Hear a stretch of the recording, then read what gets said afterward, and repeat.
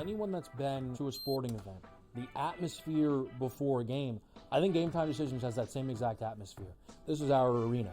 This is what we do. There is going to be an energy to Game Time Decisions that you will feel night in and night out. The excitement you get when you lock your bets in, when you're figuring out what you want to do, we can zone in on the biggest games each night. I want this to be the place that people come to before the games start so they feel as ready as possible to lock in their cards. We are going to hit every single one of those markets that you need to know about. We're going to go through every single thing, and I've got a great team behind me that's going to help me get the job done. There is not going to be a better place, I promise you, than Game Time Decisions to get that new information, react to it, and be able to then bet accordingly. We will have everything at our disposal, and we will use that to our advantage. I'm Kevin Walsh. Tune into Game Time Decisions from 6 to 8 p.m. Eastern on SportsGrid. 11 and 12. I know you're going to get Mafia excited here. Hot and bothered. You got to put Aaron Rodgers here and the Jets at 11. I would put him higher, but again, he barely played football last season. They've addressed their offensive line. It's not going to be great. The depth at wide receiver is a problem for me. Defense, perhaps the best in the National Football League. If Rodgers plays 14 games, they're probably going to win that division over the Bills. Pharrell Coast to Coast, only on SportsGrid. Rory Mack, it's going to be remembered. It will be a lasting image from the 2024 United States Open, just like Bryson DeChambeau's 55-yard bunker shot. We love big-time winners. Like, you win a championship, we want to hear from you. You get the stage. Sometimes it's emotional. It's a great watch. We know we also love the losers who said, you know what, I just can't believe I folded down the stretch. Let me face the music here. You sort of get a new light there. The Early Line, only on SportsGrid.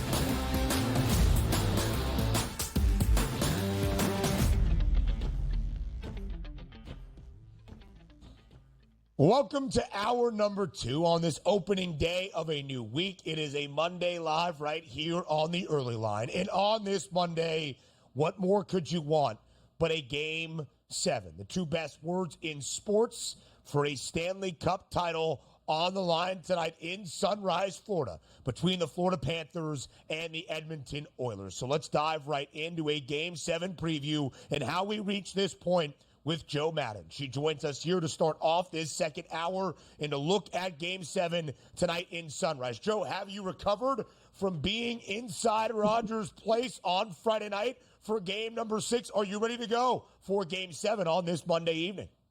I am so ready, and I'm so excited for game number 7 here. And yeah, recovering from game 6, I tell you, that environment was insane. It was the loudest I've ever heard the Canadian anthem be sung in Canada. That building was absolutely electric. The fans were so great up there in Edmonton. I really do tip my hat to them. I was wearing red and black, and I still got treated fantastically. But it was funny, you guys, everyone. It was a sea of blue and orange. I saw 4 Panthers jerseys, and that's it.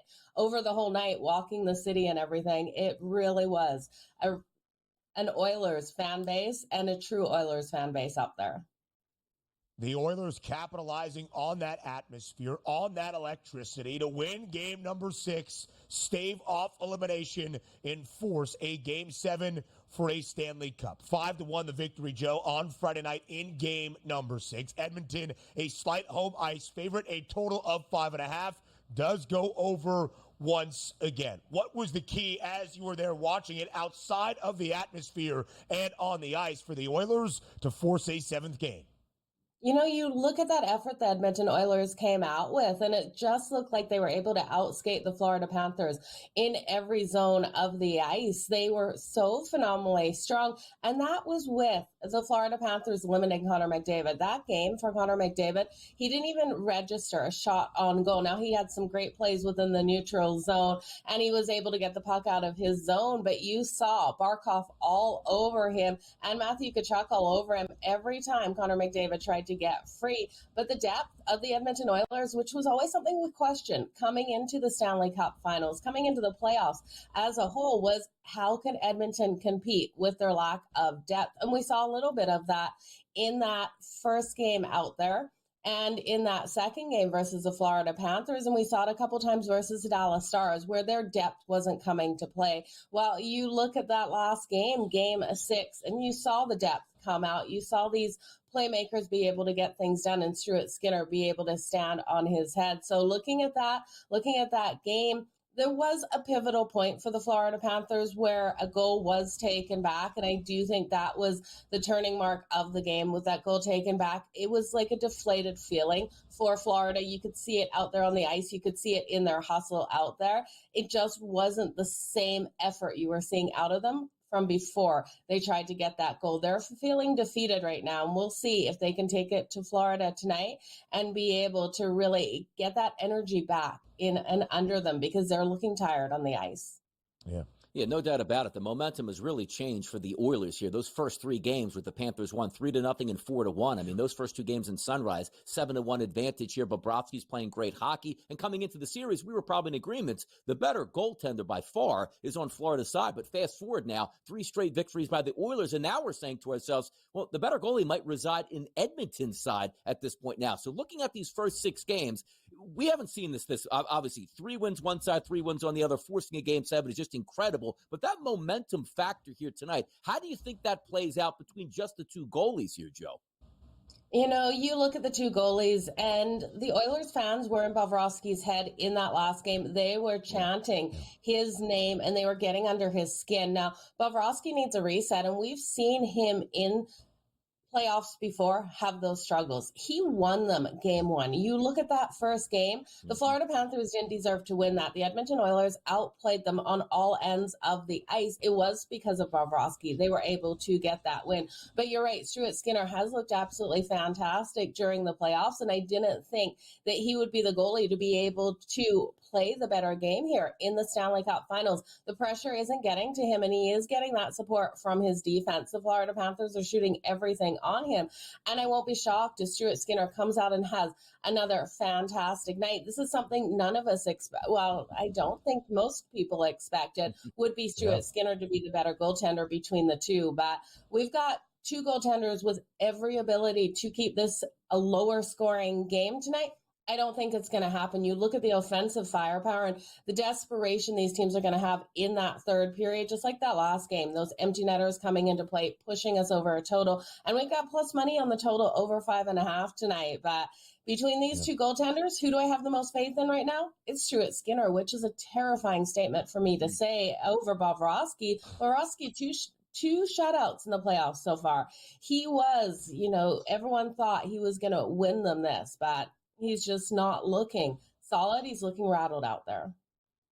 How far we have come from the clean sheet that Sergei Bobrovsky had in game number 1, 32 saves, not a single goal allowed, to where we are tonight. Back in Sunrise, game 7 for a Stanley Cup on the line. Edmonton in their first Stanley Cup final in nearly 2 decades, trying to win Canada its first Stanley Cup in over 3 decades. The Oilers 1 win away from doing that and trying to become the first team since the 1942 Toronto Maple Leafs to come back from an 0-3 deficit. The Florida Panthers, only a 30-year-old franchise in their tenure in the National Hockey League, looking for their first Lord Stanley's Cup as well. And Joe, you saw the money line right there. You gave us your thoughts on the total. Minus 114, that's it, in slight favor of Florida with home ice advantage tonight. Minus 106 on the other side for Edmonton. 8 cents, that's all. 8 cents of distinction between the two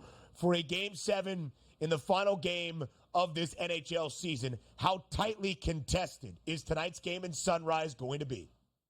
It is going to be so tight. I think this is going to be the first game of this series that we do see overtime in. I do think both of these teams have every ability to win. But for the Florida Panthers, if they're not the team that scores that first goal, they're going to be in trouble. I think their hearts will sink if the Edmonton Oilers come out here strong and score a quick goal on Bobrovsky. And that could be all she wrote out there. It could be the end of the Florida Panthers' hopes and dreams here to win that Stanley Cup if Edmonton comes out and scores first. So I think this is a tight one. I do think Florida has every ability to get the win if they can come out and score first. And I think it does go to overtime. Plus 330 to go to overtime tonight, you guys.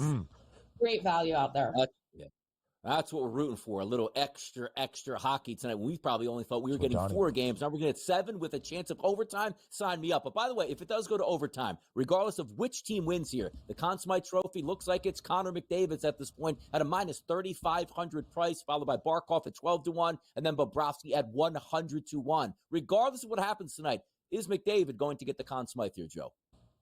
I really do think so. And you can look at some bets like Connor McDavid to win the Conn Smythe and the Florida Panthers still to win, and you're going to get some plus money on that. But it's his no matter what, I think, out here. You look at him, 42 points in the playoffs, and I know that he wasn't able to get on the board in that last game, but I do think he is the player out here that will get it. And I don't see anyone else coming into the equation. It's crazy how these odds really did flip. Minus 3,500, of course, unbettable kind of situation here, but he's going to get it tonight. The books are telling us this. I can't see anyone else winning the award.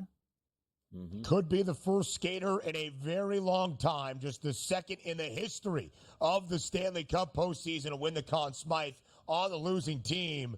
But the odds makers expect this to be close. Edmonton, a very short underdog on the road in Sunrise. Joe Madden, enjoy Game 7. Thank you for everything here on the early line. More on TEL next.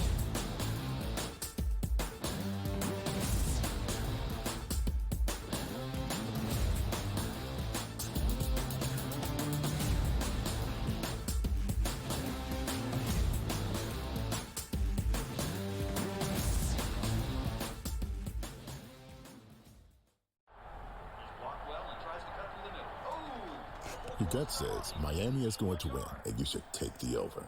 Your gut also said your NFT selfies would only go up in value. They didn't.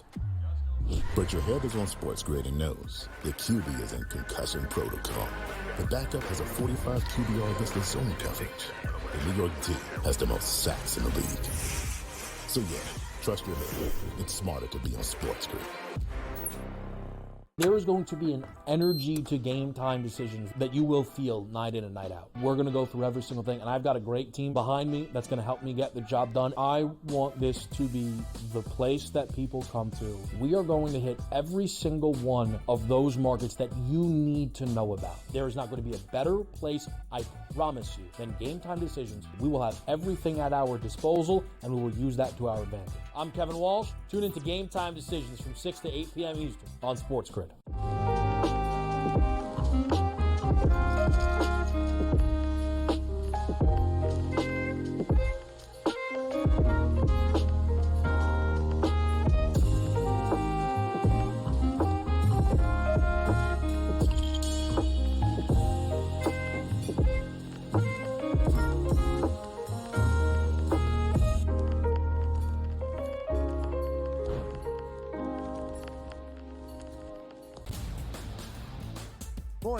It's going to be remembered. It will be a lasting image from the 2024 United States Open, just like Bryson DeChambeau's 55-yard bunker shot. We love big-time winners. Like, you win a championship, we want to hear from you. You get the stage. Sometimes it's emotional. It's a great watch. We know we also love the losers who said, you know what, I just can't believe I folded down the stretch. Let me face the music here. You sort of get a new light there. The Early Line, only on SportsGrid.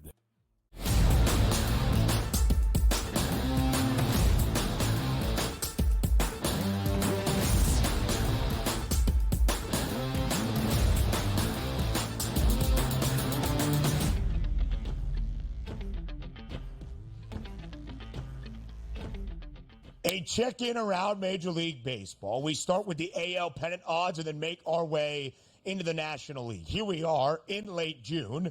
The All-Star break not all that far away, just about 3 weeks until we get to the Midsummer Classic, that midway point, although we will be past it technically this year in MLB. So, Donnie, we start in the American League, where the Yankees are dealing with a couple of injuries. Giancarlo Stanton over the weekend placed on the IL as well. And technically, despite having the most wins in both the AL and all of Major League Baseball, 52 of them for New York, no longer the best winning percentage based on just strictly percentage. That belongs to the Cleveland Guardians, who are riding a 5-game win streak in this new week, and yet the Yanks remain the AL pennant favorites at a 2-1 number. They should, though. They really should be. And I also said, last week, the Yankees and the Orioles, right? It's good for their fan bases that they're so close between a game and a half to 2 games, whatever it was last week, where you expect your front offices to hit that gas pedal when it comes time to get a better team on the field post All-Star break. Because the one thing that you know from the Yankees and the Orioles is what, Ben? You're going to fight with each other throughout the stretch here, and you want home field advantage. So if the Orioles go, I think we're doing fine, and the Yankees go out and add a very good pitcher and a very good bat, then you're going to be in a little bit of trouble. But also hear me out on this. The Yankees are good, despite this past weekend not playing great baseball. Giancarlo Stanton's down for at least 1 month. And I always say this sometimes, you catch lightning in a bottle that way, because if you are the Yankees, you go out and make a move to try to, make up for that injury. And certainly it's not going to be some, random players that you're picking up on the side, like a blockbuster player to get in there, an all-star caliber guy. I'm interested to see what the Yankees do, because I'm not panicking on them. Even with that injury to Stanton, he'll be out a month. He's still going to be coming back. It's a hamstring. It's not as if it's a knee injury or an Achilles or something worse like that. But just from this past weekend, I'm just interested to see where the Yankees move forward, because they're playing great baseball now, floundered a little bit over the weekend, now getting some injuries. I just want to see how they react to it. That's all. Lost the weekend series at home inside Yankee Stadium against the Atlanta Braves, 52-28. That is the record for New York. They have played 80 games. So when I said to start off this segment that the MLB All-Star game and All-Star break is not necessarily the midway point, although we consider it that, the Yankees nearly at their midway point here, having already played 80, 52-28. 49-28, the record for Baltimore. A game and a half separates those two teams. The same amount of losses, 3 less wins for the O's to the Yanks, for a game and a half difference in the American League East. But again, the Guardians, only 75 games played, but they've won 49-26 after winning 5 straight games to enter this new week. And now Cleveland, 7.5 game advantage in the American League Central, despite having 2 teams behind them above 500. That's not often the case across many divisions in MLB. 4-1 the price on the Orioles. The Mariners have that third best number at plus 650, and the Guardians at 8-1. Donnie, when we once looked at the American League pennant odds, you said really outside of New York and Baltimore, there were not many teams that you trusted to be a true contender for a pennant in the American League. How do you feel now? I'm still, when it's all said and done, right, because I'm using projections here and saying, okay, what's the record now? What do you think it's going to be at the end of the season? But also on top of that is, what's the team going to be like on the field at the end of the season? Not just the record itself, but who's going to be playing, because I have faith that the Yankees and the Orioles are going to press that lever and say, you know what?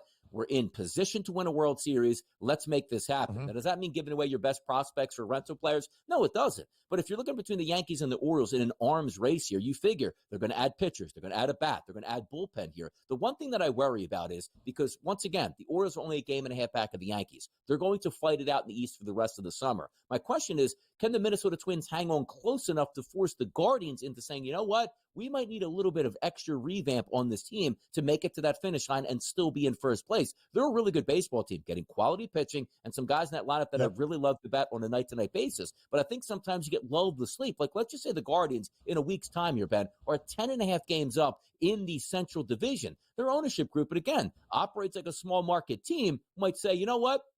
We're not going to give up any of our prospects here. We're not going to add to payroll. We're good enough as is. Because when you get to the playoffs, I don't think they line up number 1 versus number 1, number 2 versus number 2, and certainly that lineup 1 through 9. Again, I preface this by saying I really like that Cleveland line. But if you're looking at the Yankees, if they're fully healthy and adding on by the time you get to the playoffs, I just don't think they stack up in the playoffs. So I love what I see out of the Guardians. I just want that ownership group to say, look, it's not often that the Guardians may be the best team in baseball record-wise. Add on to it. Go win a World Series here for Cleveland.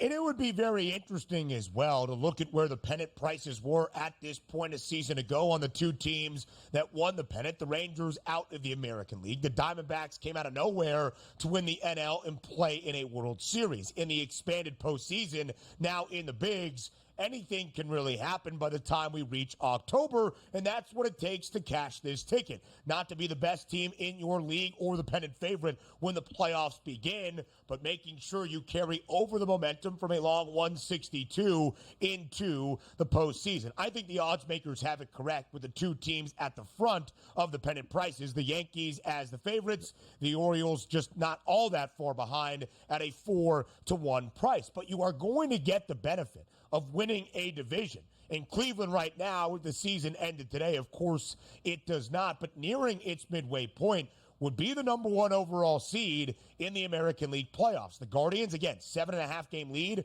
in the American League Central, minus 220 to win the division. The Twins not all that far behind. They would be a wild card team if the season ended today. Baltimore has a 6.5 game lead over Minnesota for that top wild card spot.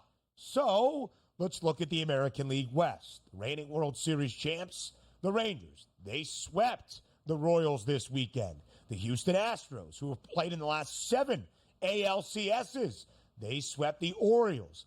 Worth a sprinkle at all, DRS, in your estimation on the two teams from Texas in the AL West? Again, going back a couple weeks, I always thought it was going to be Texas that would be able to overcome the Houston Astros and the Seattle Mariners. So I'll still stick with that opinion. I don't love what I see, but get Max Scherzer back, it looks pretty good. But hear me out on this. The Yankees, run differential, plus 109. The Orioles. Looks as though we had a technical difficulty there with Donnie right side. Does not often happen, but I am here. Donnie was making great points on the American League pennant prices. We'll do the same in the National League up next.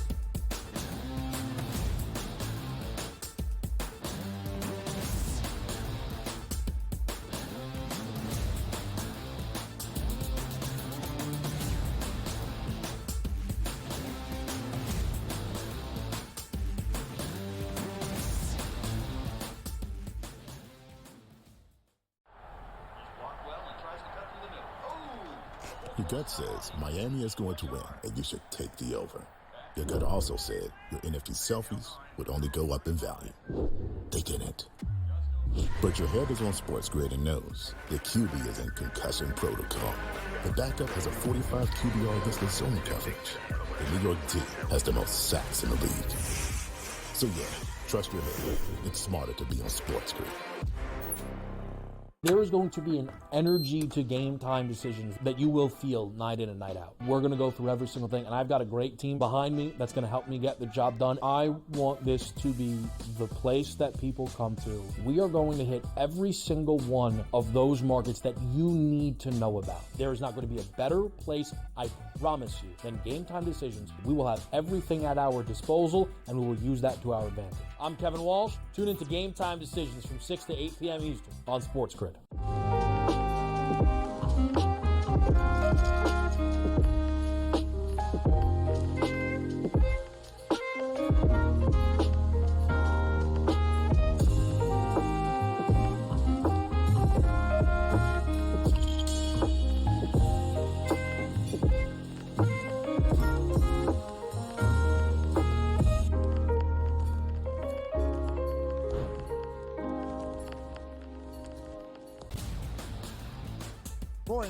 It's going to be remembered. It will be a lasting image from the 2024 United States Open, just like Bryson DeChambeau's 55-yard bunker shot. We love big-time winners. Like, you win a championship, we want to hear from you. You get the stage. Sometimes it's emotional. It's a great watch. We know we also love the losers who said, you know what, I just can't believe I folded down the stretch. Let me face the music here. You sort of get a new light there. The Early Line, only on SportsGrid.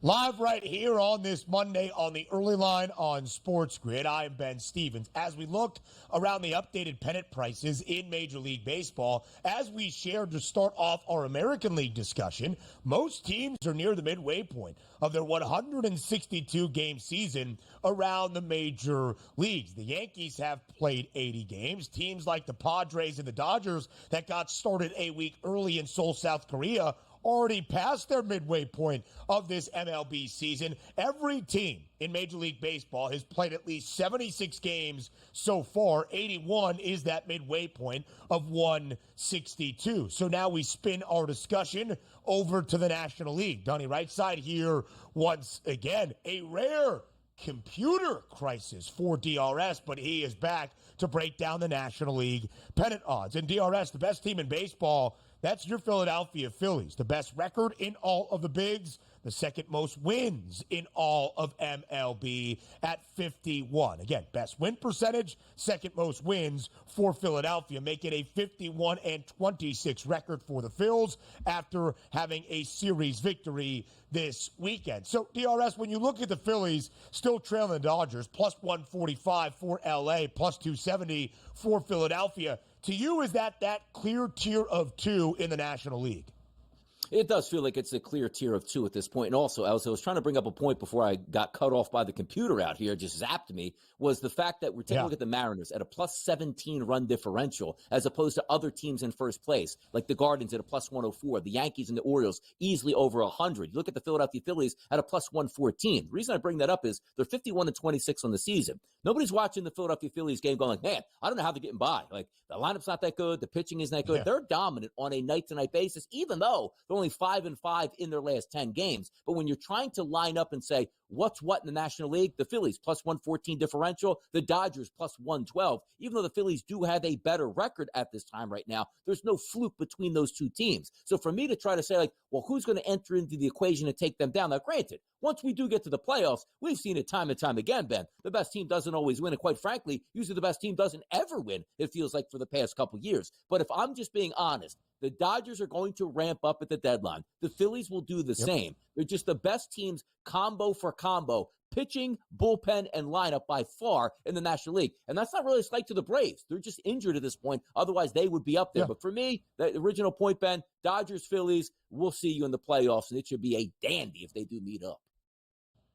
In the last few years, Donnie, and to start off this season, there has been that tier of two from the odds perspective in the National League, the Dodgers and the Braves. But unlike the last two seasons, we did not see those two teams win a pennant. In fact, we didn't even see them play in the National League Championship Series. The Phillies have played in the NLCS each of the past two MLB campaigns. It has been weird at times throughout postseason baseball. And again, we stress that point as we look at the odds. The tier of two first in the National League was the Dodgers and the Braves. Now Atlanta has slipped a little bit because of the injuries to Ronald Acuna Jr., Spencer Strider, really, for the majority of this year, and some poor play, but a big weekend win for Atlanta on the road in the Bronx against the New York Yankees, who have a very large drop-off from the Braves to the Milwaukee Brewers. 12-1 price on the Brew Crew, but they've got a 5-game lead in the National League Central. The Cardinals playing better baseball, 2 games above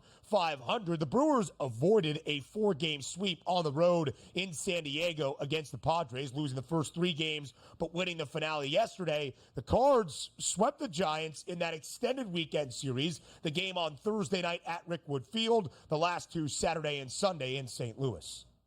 Yeah, and again, it's sort of that central bias that we have because the big-name markets on the East Coast and the West Coast usually dominate the standings, dominate the money, and dominate the lineups here. I do like what I see out of Milwaukee, but what are they going to do with the trade deadline? Are they going all in? Like I'm asking, like not the Cleveland Guardians to go all in, but make some adjustments here, or do they just rest on their laurels? But I do like the way that the St. Louis Cardinals have played as of late. That 1 through 9 is fun in that lineup if they can just get the pitching staff to go along with it. So that's why we're asking those questions like, okay, the Braves, yes, we understand they can pitch, but is the lineup going to be good enough here to carry them through the summer? Because, you know, Ben, you can't win every game 2-1, 3-1. Eventually that's going to catch up to you here. But the question for the Brewers is, I like this lineup hitting 1 through 9 much, much more than I've liked that lineup for the past couple of years. So there is a little bit of intrigue to the Milwaukee Brewers. But again, it's the Dodgers, it's the Phillies. It's going to be an arms race in the NL. We'll see who gets some of those linchpins at the deadline to sort of propel those teams. I'm excited to watch it play. It's very top-heavy to me in the American League and the National League, but that doesn't mean we still can't have some fun here.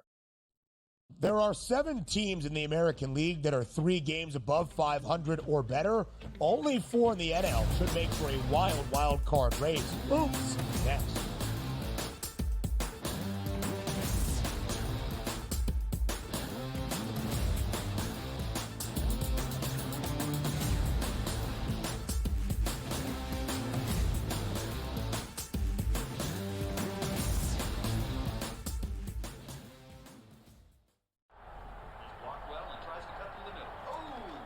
Your gut says Miami is going to win, and you should take the over. Your gut also said your NFT selfies would only go up in value. They didn't. But your head is on SportsGrid and knows the QB is in concussion protocol. The backup has a 45 QBR against the zone coverage. The New York D has the most sacks in the league. So yeah, trust your head. It's smarter to be on SportsGrid. There is going to be an energy to game time decisions that you will feel night in and night out. We're going to go through every single thing, and I've got a great team behind me that's going to help me get the job done. I want this to be the place that people come to. We are going to hit every single one of those markets that you need to know about. There is not going to be a better place, I promise you, than Game Time Decisions. We will have everything at our disposal, and we will use that to our advantage. I'm Kevin Walsh. Tune into Game Time Decisions from 6 to 8 p.m. Eastern on SportsGrid.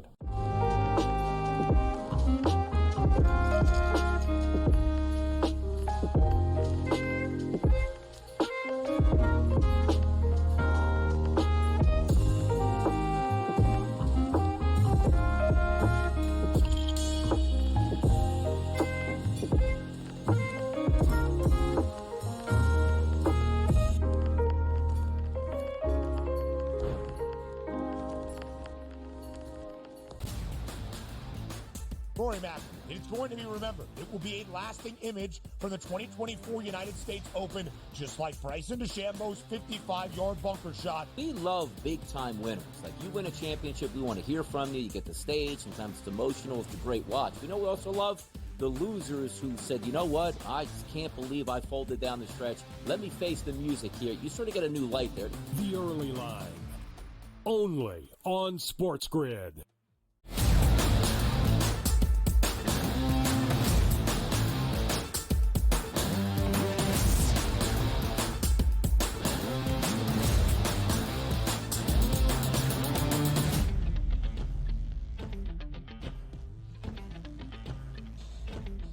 A half hour of hoops live right here on this Monday on the Early Line on SportsGrid. I am Ben Stevens. Donnie right side is here. The man in the middle is our coach, JY James Young. The NBA season came to a close exactly 1 week ago. The Boston Celtics victorious in the NBA Finals. But we're not done talking hoops. This week, it's the 2024 NBA Draft, a 2-night event now, both on Wednesday evening, that's round number 1, and Thursday night, that's round number 2. We'll talk NBA Draft discussions in just a moment, but the WNBA continues on in this historic start to a season. So, JY, as always, we appreciate you being here to begin this new week.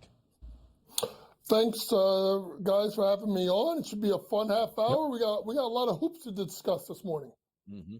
Yes, we certainly do. And JY, a rivalry renewed yesterday between Angel Reese, the Chicago Sky, and Caitlin Clark, the Indiana Fever. 2 players that have started this rivalry dated back to their days in college basketball, now in the WNBA. They might deflect on what the rivalry is or the competition of which they play each other. It is more than just the individuals, that we know. But whenever these 2 teams link up in the W, it has been incredible. All 3 games this season between Indiana and Chicago decided by single digits. 2 of the 3 by just a single point, including yesterday in Chi-Town. The Sky come all the way back from down by as many as 12 points in the fourth and final quarter to win 87. Indiana does cover as a 2.5-point road underdog. A total in the low 160s does go over. Angel Reese, sensational. Caitlin Clark, not half bad on the other side, but it's Chicago that ends up with a win. JY, what has your assessment been of Caitlin Clark and the Fever versus Angel Reese and the Sky in their young WNBA careers? You know what, Ben? The best part about yesterday, there were no hip checks. There were no flagrant fouls. It was just basketball, and it was a joy to watch.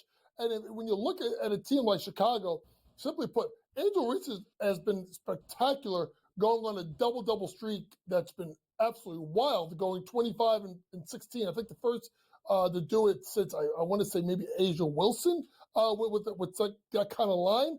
But to me, it was just as much the play of Cardozo. But the two of them got more rebounds than the entire Indiana Fever team. They combined for 26 rebounds. Now, here's what happens and what's special about this rivalry. They're elevating each other's game. When you look at, to me, Angel Reese, I talked about it as network, the fact that I thought she was hunting for fouls too much. She wasn't finishing strong, getting her hips to the baseline or a drop step. She got to it. She got the ball higher up to the ear. And when you fouled her, she made her foul shots. But what a performance by a lot of people. Angel Reese, I just talked about Cardozo. Kennedy Carter was good, getting 23 points.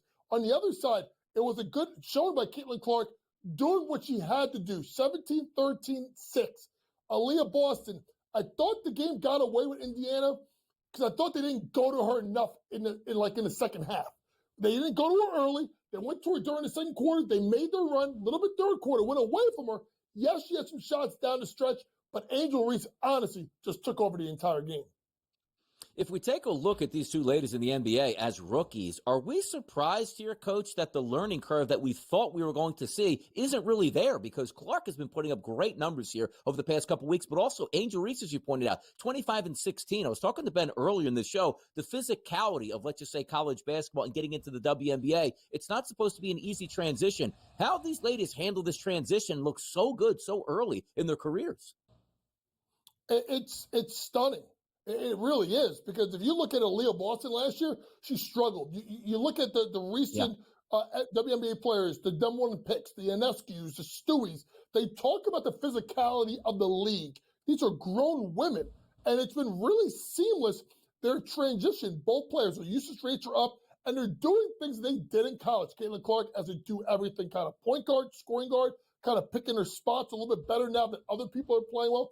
And Angel Reese just being an absolute freak on the boards. She's using her athleticism and her height. She does a good job of tipping the ball, kind of like a Dennis Rodman a little bit, how she's able to secure rebounds and go get them. Rebound, what we call outside your area, which means if you just put your feet down, it's just not there. She goes and she gets rebounds. They've been fantastic, Donnie, and I've been thoroughly impressed to watch her games continue to take off in their rookie season.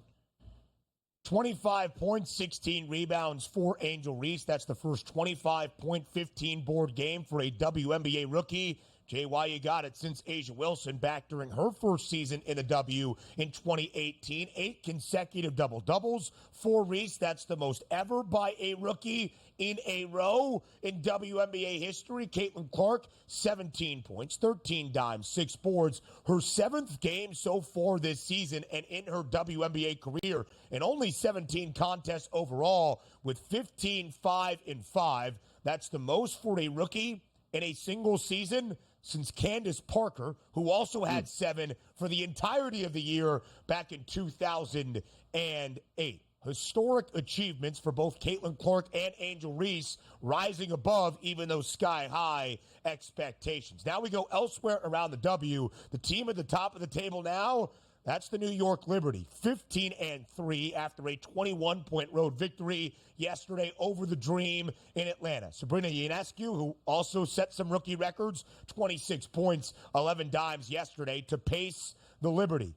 15-3. New York has won 11 of their last 12, the best record in the WNBA. New York, the best record. Is the Liberty the best team? Right now, you're going to say yes, but I got to see how Vegas continues to ascend as, Chelsea Gray kind of gets going. But Ben, here is the big thing, and we talked about rookies, right? Sabrina Ionescu may be on her best run as a pro.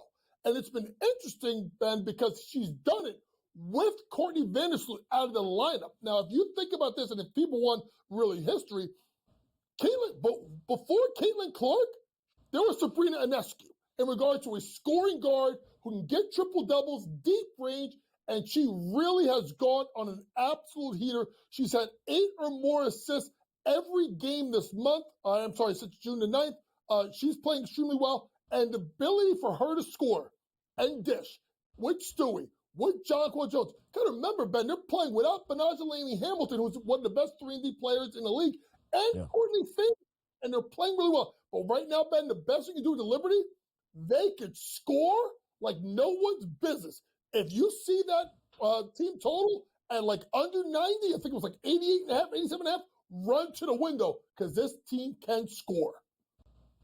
Yesterday in the WNBA's best, the Sun, only 2 losses. They now have 3 losses because they lost to the Storm. And how about this, Coach? 72-61, only 61 points yesterday for the Sun. What happened there? Well, simply put, when you look at the Sun, it's a couple things. Number one, their schedule, guys, was inflated.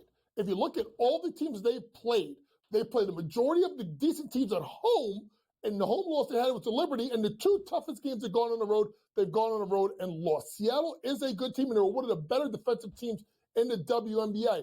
Simply put, the Connecticut Sun do not shoot the ball well from 3. They don't have a 3-point shooter. DeWanna Bonner is a volume shooter. She can get hot, she can miss. Alyssa Thomas, not her game. Brianna Jones, inside. Harris, up and down.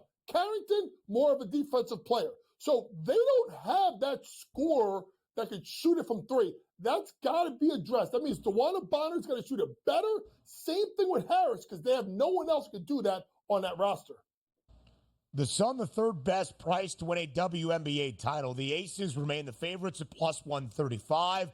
With the return of the point guard in Las Vegas, Chelsea Gray, that number now feels justified. The New York Liberty, 2nd best price, but the W's best record at 15-3. From the stars right now in the WNBA, in the rookie class exceeding expectations, to the next batch of rookies in the NBA. The NBA draft is on Wednesday. We talk about it up next.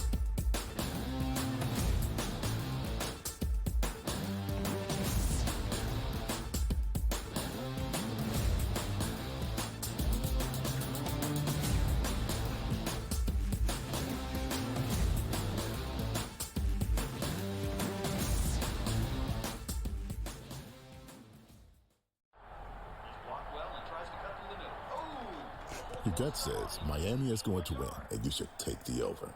Your gut also said your NFT selfies would only go up in value. They didn't. But your head is on SportsGrid and knows the QB is in concussion protocol. The backup has a 45 QBR against the zone coverage. The New York D has the most sacks in the league. So yeah, trust your head. It's smarter to be on SportsGrid. There is going to be an energy to game time decisions that you will feel night in and night out. We're going to go through every single thing, and I've got a great team behind me that's going to help me get the job done. I want this to be the place that people come to. We are going to hit every single one of those markets that you need to know about. There is not going to be a better place, I promise you, than Game Time Decisions. We will have everything at our disposal, and we will use that to our advantage. I'm Kevin Walsh. Tune into Game Time Decisions from 6 to 8 p.m. Eastern on SportsGrid.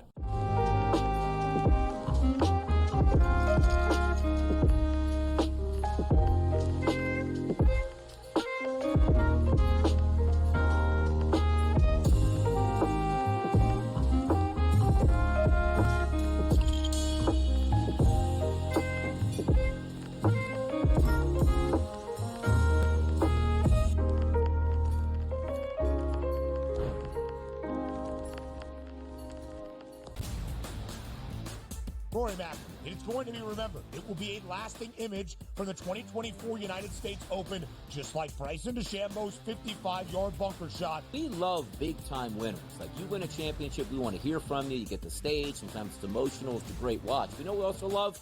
The losers who said, you know what? I just can't believe I folded down the stretch. Let me face the music here. You sort of get a new light there. The Early Line. only on SportsGrid.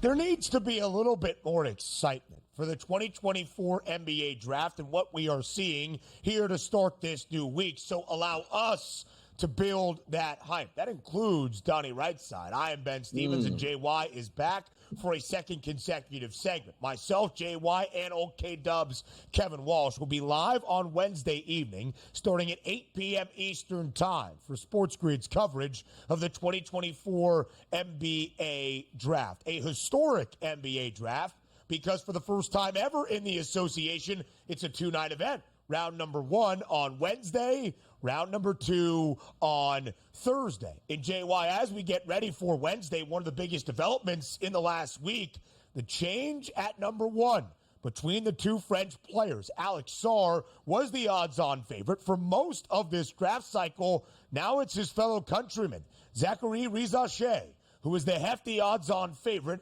at minus 240 to go first overall to the Atlanta Hawks, not far behind the guy you see on your screen, UConn's big man, Donovan Clingan. JY, what have you made of all of the drastic odds movement we have seen in the last week? Well, Ben, you and I were kind of on this weeks ago where I just thought it was a better fit for Rizachet to go one, honestly, because of the fact that there was talk of Evan Sidery dropped a couple of weeks ago that Atlanta was looking to possibly trade DeAndre Hunter. It was just a natural spot to slide in Zachary Rizachet. To me, the more surprising thing is the move of Donovan Clingan to the second odd, jumping Sarr. Simply put, Sarr won't work out for Atlanta. I don't know if this is he don't like it's too hot down there. I don't know if he thinks, hey, last time Quinn Snyder had a big man from France named Rudy Gobert. It was go sit on the block and block shots, don't do anything else. I don't know if that's something to do with it, but it's obviously now moved the needle to the point where Atlanta's now holding the cards here because they have two different directions they can go. They can go with Rizachet, which is what I think they will do, but if they want to try and move someone like a Clint Capella and slide Donovan Clingan into that 5 spot, they could do that as well. It's going to be intriguing, Ben, because if there's teams, maybe teams start calling. Do you want to come get Alex Sarr at the number 1 pick? This is an Atlanta team that's a middling franchise that really is going to dictate where this draft goes in so many different directions, not just the fact of who they may select, but who they may trade before or on draft night. We take a look at those two players that we seemingly were fighting for that top spot. It was Rizachet and Sarr. What is the difference, and why have we had that substantial line movement in the favor for Rizachet over the past couple weeks here? Well, I think Richard's got this talent that he has, the ability that we think he can shoot the ball. He's very long and defensive. I think he can get has a wingspan nearly 7 feet. So here's a guy that his upside is really tremendous. Sarr's game is, I guess I don't know if this is a willing endorsement. Low side Nick Claxton, high side Jaren Jackson Jr. Meaning rim protector, shot blocker, lob threat. That is the Claxton. The Jaren Jackson part is his ability, Jaren Jackson, to stretch out and go to the 3-point line. Sarr is not showing the ability to make those shots, but can it be developed? That becomes the key with Sarr. Is he more Claxton or is he more Triple J? So, JY, as we look at the top 10 in the NBA draft, the Hawks draft first, the Wizards slated in with that number 2 pick, the Rockets at 3rd overall. The Spurs will draft both 4th and 8th in the top 10, the Pistons at number 5 overall. We'll run through the entirety of the draft order, but I bring up the top 10 because the odds are now out on the FanDuel Sportsbook for who is the favorite to go in each of those 10 spots. We have 3 minus money favorites in those first 3 picks. Rizachet at number 1 overall. Sarr, a hefty favorite at minus 550 at number 2 overall. Reed Shepherd out of Kentucky, the favorite to go 3rd overall to the Houston Rockets. And then we get to plus money everywhere else in those opening 10 picks. JY, who are some names you are keying on for the rest of the top 10 and some teams to monitor come Wednesday evening? Well, San Antonio right now at 4-8 becomes extremely intriguing, Ben, because of the fact that you look at, I think they can address their backcourt right away. I don't think, Trey Jones is going to be the long-term solution. So I look at a guy like Castle, at 6'6", his ability to defend. Could he be someone that could work his way and probably be there? He's the first one, Ben, that's a favorite at plus money that I would be looking at. I think Buzelis is very intriguing with his size, with his abilities. He's favored at 5. I think he's 6. Klingon, though, is the one that's going to kind of be really interesting, right? Because there is talks of he can go 1. There's talks he can go 3, which would be interesting because if he goes 3 to Houston, that means you're probably moving Şengün to the power forward, unless you're moving Şengün. And if you're going big with Jabari Smith, Şengün, and Donovan Klingon and try and play him big boy ball. But the guy that I love during the college season, I love the game of Dalton Knecht.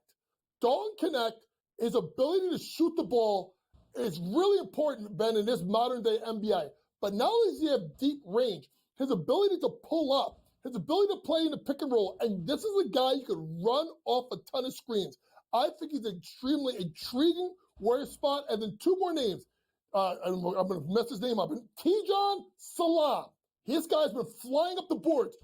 Freakishly athletic, long, great defender. Where does he slide? I think he goes top 10. And then the tricky one is Topic, the point guard out of Spain. Is about 6'4", really great with the basketball, wizard, but's got the partial ACL injury. Where does he slide? I still think he can find his way into the top 10. Let me do what our producer should have done and say 1 minute here so we can look at the final big topic entering the 2024 NBA draft. Donnie gets that one right there, and it's Bronny James. We discussed last week with you, JY, the over-under draft prop has remained the same at 44.5. To be a first-round pick, it's a 5-1 number. The team favored to take Bronny James, the Lakers, even money, plus 100, that number growing shorter. So I'll ask it like this. Where does he go and when? I think he goes late first round, early second round. Listen, Ben, I have him on 60th on my draft board, on my big board. But that's not where he's going to fall because someone's going to go get him. And I think he goes under 44.5. That probably would be one of my best bets of the night. The Lakers? Yeah, of course. They just turned back. More around the NBA this offseason next.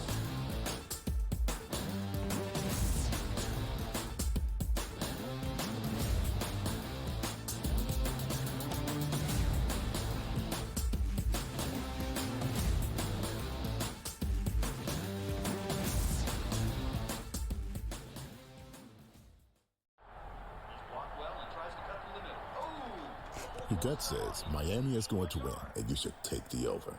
Your gut also said your NFT selfies would only go up in value. They didn't. But your head is on SportsGrid and knows the QB is in concussion protocol. The backup has a 45 QBR against the zone coverage. The New York D has the most sacks in the league. So yeah, trust your head. It's smarter to be on SportsGrid. There is going to be an energy to game time decisions that you will feel night in and night out. We're going to go through every single thing, and I've got a great team behind me that's going to help me get the job done. I want this to be the place that people come to. We are going to hit every single one of those markets that you need to know about. There is not going to be a better place, I promise you, than game time decisions. We will have everything at our disposal, and we will use that to our advantage. I'm Kevin Walsh. Tune into Game Time Decisions from 6 to 8 p.m. Eastern on SportsGrid.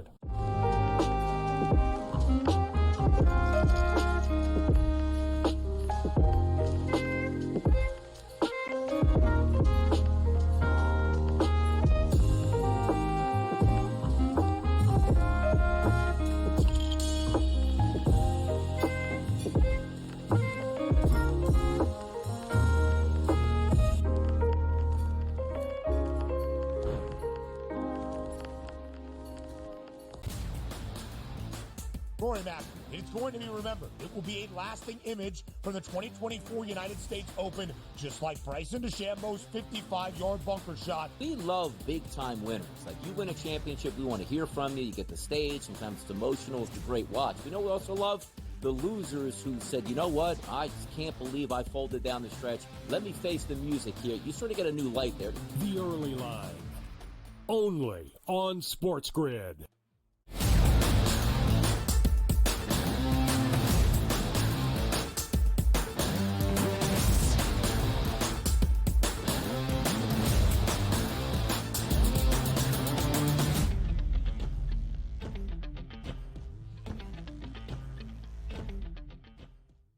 Live right here on the Early Line on SportsGrid. The NBA offseason in the summer months almost as exciting as what we see throughout a regular season. And JY, we go to the rumor mill. We hit on a bunch of topics early on this Monday. A couple of coaching vacancies still out there around the NBA after the Lakers hired J.J. Redick just last week. So J.J. now in Los Angeles. He was rumored to be in the running for the other two openings that we see in Cleveland after the dismissal of J.B. Bickerstaff and, of course, the shocking news last week, the firing of Monty Williams by the Detroit Pistons. Who do you think takes those two openings as the head coaches of these two franchises?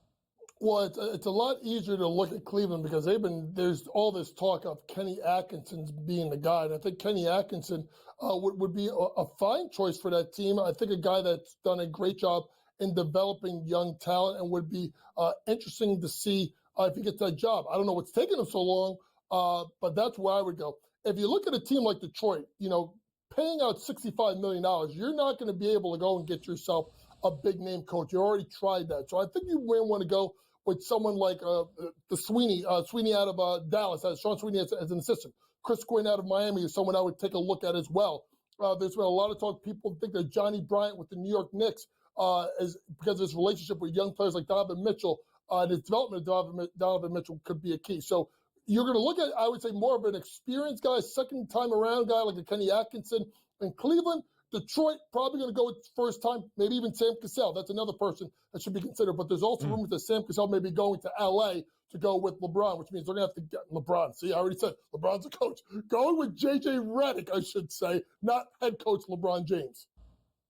We're all so close to free agency here, which includes guys like Klay Thompson and Paul George. The interesting part was we were talking last week about Paul George. Just said some odd things across a podcast, basically saying, Coach, if I can paraphrase, I don't really know how much work I want to do, but I would like to play for a really good team, and I do want to handle some of the ball duties, but I don't want to have them all the time. Where does Paul George wind up here? Is it just back with the Clippers as he tries to get some steam around the league to try to force that contract into a max deal for the Clippers, or is there a legitimate chance that he's on the move here?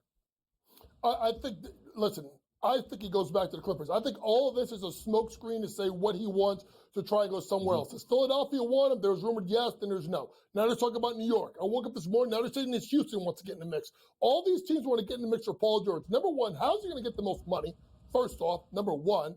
And number two, who wants to give a guy that really is not the most healthiest $50 million a year? Simply put, Steve Ballmer's going into that new arena. The best thing for them to do is run it all back. They got Ty Lue coming back. They got Kawhi. I think James Harden. You just bring everybody back. Hope that Van Gundy can help a little bit on the bench.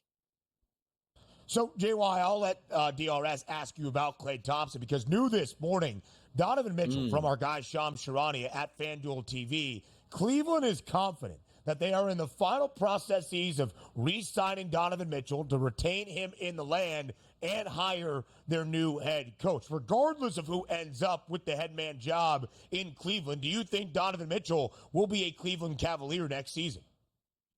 I think so, because if you think about the one team he always wanted to go to is New York. There's no need for Donovan Mitchell to be going to New York. Let him stay in Cleveland. Now it's about what you do if you get Kenny Atkinson and what else you do. But in regard to the fact that you turn around, do you make a trade Darius Garland? And what do you do with Jared Allen and Evan Mobley? There needs to be changes made in Cleveland. But Donovan Mitchell, I think he stays.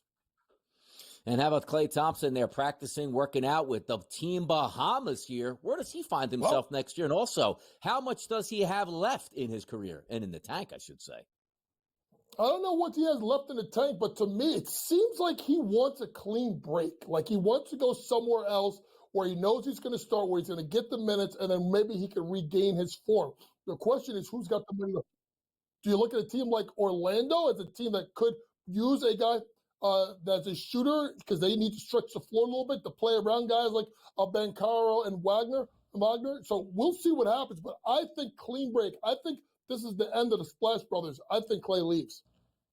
What a new era it would be in Golden State for the Warriors, despite the production and, of course, last year not performing all that well, not getting into the playoffs in the play-in tournament. It would be a very new look for Golden State to not have both Steph and Clay alongside Draymond Green as well. JY, we appreciate the time. A fade away to the break. If I do not see you until Wednesday, again, SportsGrid's 2024 NBA Draft Special live at 8 p.m. Eastern Time. I've been told by our producer, Joe Frizo, that you'll be back, JY. Okay, enough of the jab steps. Hit the fade away. Hour number 3 on the other side of the break. I should...